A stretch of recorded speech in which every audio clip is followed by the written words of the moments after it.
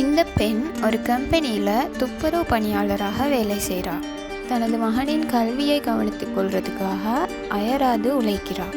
எப்போவுமே அவள் வீட்டுக்கு லேட்டாகவும் சோர்வோடையும் தான் வாரா.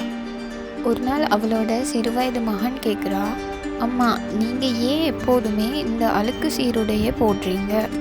அதுக்கு அவனோட அம்மா சிரிச்சுக்கிட்டே சொல்கிறா, ஏனென்றால் அது என்னோட கவசம் மகனே, அது நம் கனவுகளை பாதுகாக்கிறது. ஆனால் அம்மா, இன்று ஆஃபீஸில் ஒரு பெண் உங்களுக்கு கத்திக் கொண்டிருப்பதை நான் பார்த்தேன் என்று வருத்தத்தோடு சொன்னான்.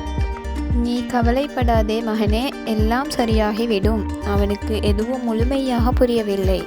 ஆனால் வருடம் செல்ல செல்ல அவன் தன் தாயின் கடின உழைப்பையும் அமைதியான தியாகங்களையும் கவனிக்கத் தொடங்கினான். ஆண்டுகள் கடந்து விட்டன. அவன் அம்மா பணியாளராக வேலை செய்த கம்பெனிக்கு அவன் சிஇஓவாக ஆனான். ஒரு நாள் அவளுடைய கம்பெனி பழைய ஊழியர்களை கௌரவிக்கும் வகையில் ஒரு விருது வழங்கும் விழாவை நடத்தியது.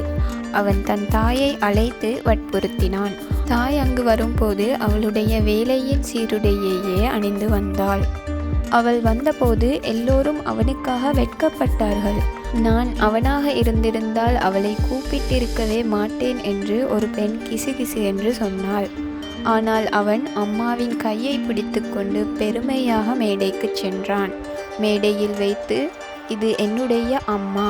இவர் இந்த கம்பெனியில் பல வருடங்களாக வேலை செய்துள்ளார்.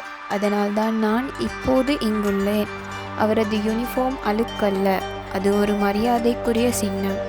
எங்கும் அமைதியானது. சிலர் வெட்கத்தில் கைகளை தாழ்த்தி கொண்டனர். பின்னர் கைத்தட்டல்களால் அவரது தாயின் கண்களில் இருந்து கண்ணீர் பெருக்கெடுத்து ஓடியது.